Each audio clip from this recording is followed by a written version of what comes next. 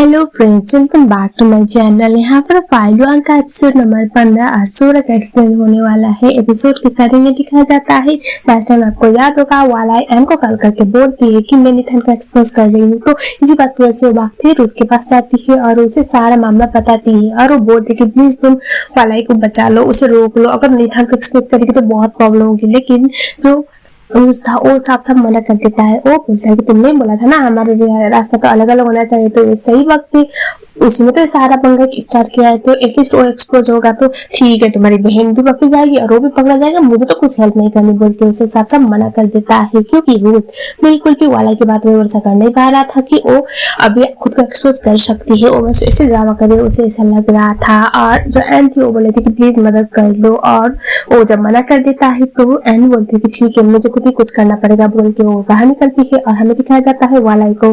वालाई ऐसे आपको याद ही होगा वालाई कितनी बड़ी सेल्फिश बनती है, तो वो बिल्कुल भी अपने आप को एक्सपोज करने वाली नहीं थी, ना ही वो निथान का नाम मेंशन करती है। वो कुछ भी ऐसे बातों को घुमा फिरा के अपने सक्सेस की स्टोरी बताने लगती है। तब तक एन वहां पर एक पेपर लेके आ चुकी थी, जहां पर जो रूथ की मॉम का गाड़ी का जो नंबर प्लेट था 15 साल पहले वो वाला पेपर था। और वो रूथ को दिखाती है, बोलती कि ये देखो। रूथ बोलता है ये क्या है, तब एन बोलती कि तुम्हें याद होगा मैंने बताया था मेरी मॉम का एक्सीडेंट हुआ था ईटन लॉन में और इसी हॉस्पिटल में उनकी मौत हुई थी, तो जो गाड़ी यूज किया था वो तुम्हारी मॉम का गाड़ी था, ये देखो नंबर प्लेट तुम्हारी मॉम ने आज तक चेंज किया है। रूथ बोलता है कि तुम्हारे पास क्या एविडेंस है। तभी एन बोलते है कि अगर तुमने मेरी बहन को नहीं रोका निथान को एक्सपोज करने से तो ट्रस्ट नहीं, मैं तुम्हें एक्सपोज कर दूंगी, तुम्हारी मॉम का सच निजात के सामने लाऊंगी।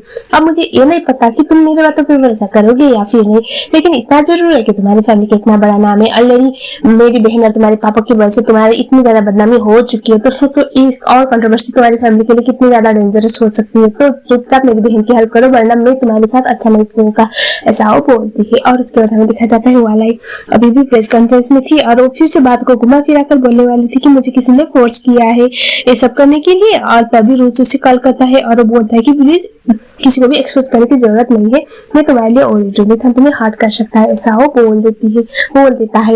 अब देखो एज एन ऑडियंस हम जान सकते हैं ये सब एन ने बोलने के लिए कहा था, तभी जाके रूज ने बताया था। आज रूज ने भी अपनी मॉम को बचाने के लिए सब किया था। आप वाला ही तो वाला ही है, वो तो गलत ही समझ लेती है। और रूथ इस तरह से बोल रहा था कि मैं तुम्हारे लिए और जो मुझे तुम्हारी फिक्र हो रही है, तो वो तो बस हवा में उड़ने लग जाती है और बातों को जैसे तैसे घुमाकर प्रेस कॉन्फ्रेंस को वहीं पर एंड कर देती है।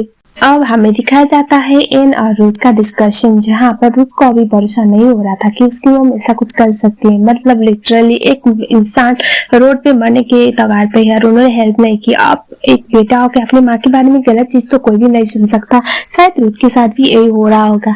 और एन बोलती है कि मेरे पास एविडेंस है, एक काम करो तुम अपनी मॉम के डॉक्टर से बात कर लो, क्योंकि उस दिन मेरी मॉम का ट्रीटमेंट उन्होंने किया था, लेकिन यहाँ पर उस डॉक्टर से बात करने के बाद भी कुछ खास पता चल नहीं पाया था। और हमें दिखाया जाता है कि जो एन थी, एन नहीं चाहती थी कि उस डॉक्टर को ये पता चले कि वो उसकी भी मॉम थी। हमें दिखाया जाता है अगले वाले सीन में जो एन थी वो बोल रही थी कि तुम्हें तो किसी की बात पे भरोसा नहीं, एक बात बताओ, तुम बस ये दिखाती हो कि तुम विक्टिम हो, लेकिन ये नहीं कि तुम्हारी फैमिली ने हमारे साथ क्या किया था। अगर उस दिन तुम्हारी मॉम की गाड़ी मेरी मॉम को ऐसे ना ठोकती शायद ये सब स्टार्ट होता ही नहीं बोल के उसे कंफर्म कर रही थी। लेकिन रोज बोल रहा था कि ये सब तुम्हारा या तुम्हारी बहन का प्लान होगा, मुझसे सिंपैथी गेन करने के लिए या फिर दुनिया को ये दिखाने के लिए कि पहले हम लोगों ने कुछ किया उसके बाद ही तुम लोगों ने हम पे ऐसे इस तरह से अटैक किया।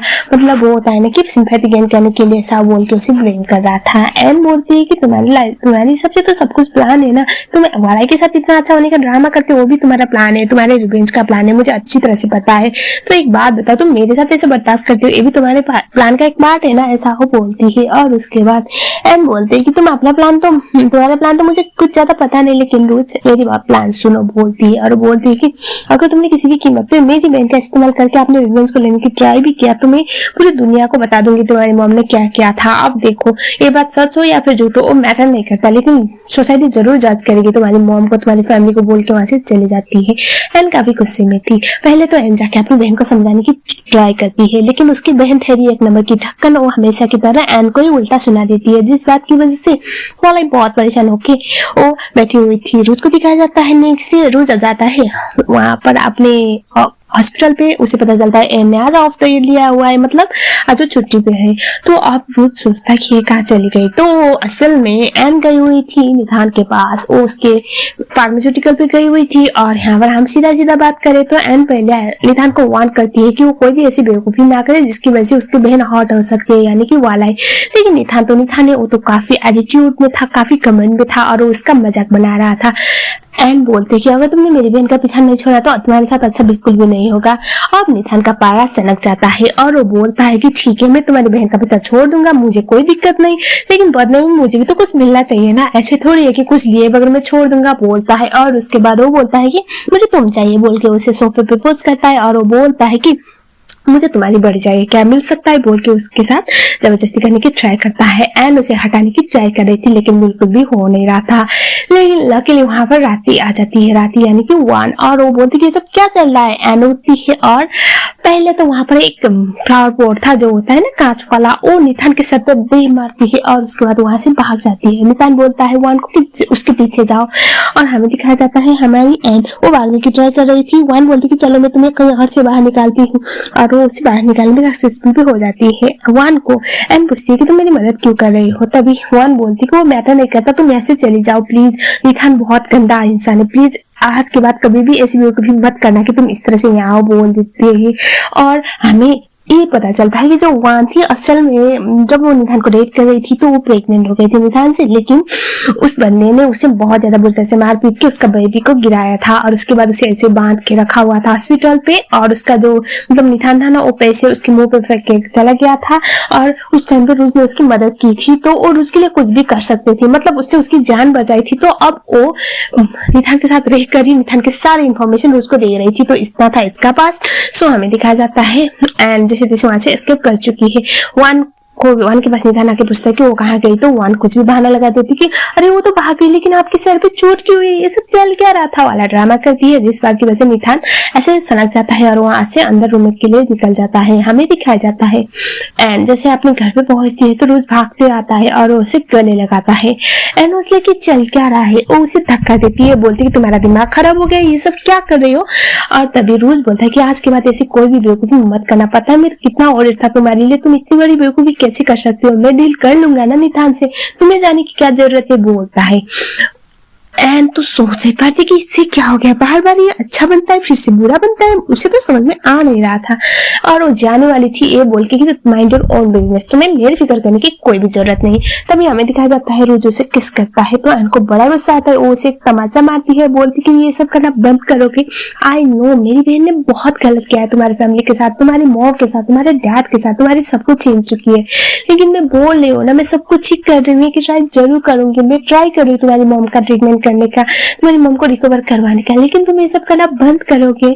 मैं कोई बच्ची नहीं हूँ, मेरी फीलिंग कोई मजाक नहीं है, मैं कोई खिलौना ही नहीं हूँ जो जब मन चाहे आके खेल लिया और उसके बाद छोड़ दिया, मेरी भी फीलिंग है, मुझे भी पेन होता है, मुझे भी बहुत तकलीफ मिलती है, तो इस तरह के ड्रामे करना बंद करो, ऐसा मत दिखाओ कि तुम्हें मेरी फिक्र है, मुझे पता है तुम्हें मेरी कोई फिक्र नहीं है, तुम्हें बस अपने बदले से मतलब है, जो मेरी बहन ने किया तुम्हारी फैमिली के साथ उसका ऐसे सब कुछ छीनने के लिए सब कर रही हो, लेकिन मेरी फीलिंग के साथ प्लीज मत खेलो ना, ऐसा वो बोल के रो लेती है और उसके बाद वो अंदर चली जाती है। रोज वो तो कुछ बोल ही नहीं पा रहा था, अगर नॉर्मली बोलो तो रोज आज स्पेशलिस्ट था, लेकिन रोज के एक्शन से ये जरूर हम जान सकते हैं कि वो एन को बहुत पसंद करता है, भले ही वो अब इस बात को एडमिट ना कर पाए, लेकिन वो पसंद तो बहुत करता था।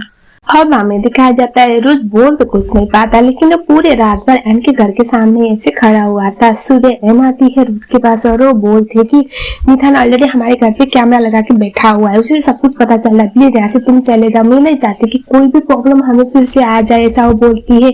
तभी रोज उसे सॉरी बोल के वहां से निकल जाता है। बाद में एन स्माइल करती है, तो असल में क्या था ना, एन के घर पे जो सीसीटीवी कैमरा था वो तो खुद रोज ने लगवाया हुआ था, जिसके चक्कर में एन के फोन पर सब कुछ डाटा सेव था और वो देख रही थी कि पूरे रात भर रोज वहीं पर बैठा हुआ था, इसीलिए वो उसे वहां से भगा देती है निथान का बहाना करके। सो हमें दिखाया जाता है अगले वाले सीन में रोज जाता है अपने ऑफिस के लॉयर के पास और वो बोलता है कि एन के मॉम के साथ जो भी हुआ है उसके बारे में पता लगाओ, यानी कि उस दिन एक्सीडेंट उस सच में हुआ था या नहीं हुआ था, तो कैसे हुआ था, कब हुआ था, क्यों हुआ था, सब कुछ पता लगाने के लिए बोलता है। और उसके बाद वो एन के पास आता है और वो बोलता है कि मैंने सब बोला हुआ है, जल्दी सच पता चल जाएगा। एन बोलती है कि ये सब तुम इसलिए कर रहे हो ना ताकि मुझे गलत साबित कर सको। तभी रोज बोलता है कि ऐसी कोई भी बात नहीं है, मैं बस मेक श्योर करना चाहता हूँ कि कोई भी तुम्हें हार्ट ना करे, ऐसा वो बोलता है। और वो बोलता है कि मामला जल्द से जल्द निपट जाए, मैं ये भी चाहता हूँ अगर तुम्हारे मॉम के साथ सच में गलत हुआ है तो उसकी पनिशमेंट किस गिल्टी को मिलना चाहिए, बोलता है और वो चला जाता है। तो हमें दिखा जाता है अगले वाले सीन में जो वालाई थी और रोज को बुलाती है और दोनों साथ में डिनर कर रहे होते हैं। सो एक्चुअल क्या था ना, रोज ने तो अब मीडिया में सब कुछ बोलने के लिए रोक लिया, तो वालाई ने कुछ बहाना करके उसे ऐसे बुलाया हुआ था और तभी वो बाहर जाती है क्योंकि निथान आया हुआ था, निथान ने उसे मैसेज किया हुआ था। और वो ऐसे ड्रामा करती है कि वो उसको कॉल लगाती है और उसके बाद निथान सीधा उसका गला पकड़ रहा था और वो बोल रहा था कि मैं तुम्हें तो बिल्कुल भी नहीं छोड़ने वाला, मैं तुम्हें कहीं का नहीं छोड़ूंगा, जान से मार डालूंगा, ब्ला ब्ला। सो हमें दिखा जाता है रोज भागते जाता है और एन और वालाई और निथान को रोक लेता है और बोलता है कि सब क्या चल रहा है, मुझे कोई बताएगा। और उसके बाद निथान वहां से चला जाता है। सो गाइस इस तरह से वालाई साइड प्रूव हो गई कि निथान उसे फोर्स कर रहा था सब चीज करने के लिए डे वन से, अगर वो निथान के अगेंस्ट जाएगी तो वो उसे मार देगा। सो यही चीजों प्रूव करने के लिए सब कर रही थी और जिसमें वो सक्सेसफुल भी हो चुकी है। हमें दिखाया जाता है जो वालाई थी वो उसको मैनिपुलेट तो कर चुकी थी और बाद में हमें पता चलता है ये सब उसने खुद ही करवाया था और वो उसे कार तक छोड़ने के लिए आता है और जो वालाई थी वो उसे कार के अंदर आने के लिए बोलती है, कुछ ड्रिंक खाने के लिए बोलती है ताकि वो उसे थैंक यू बोल सके, मतलब उसकी इतनी मदद करने के लिए।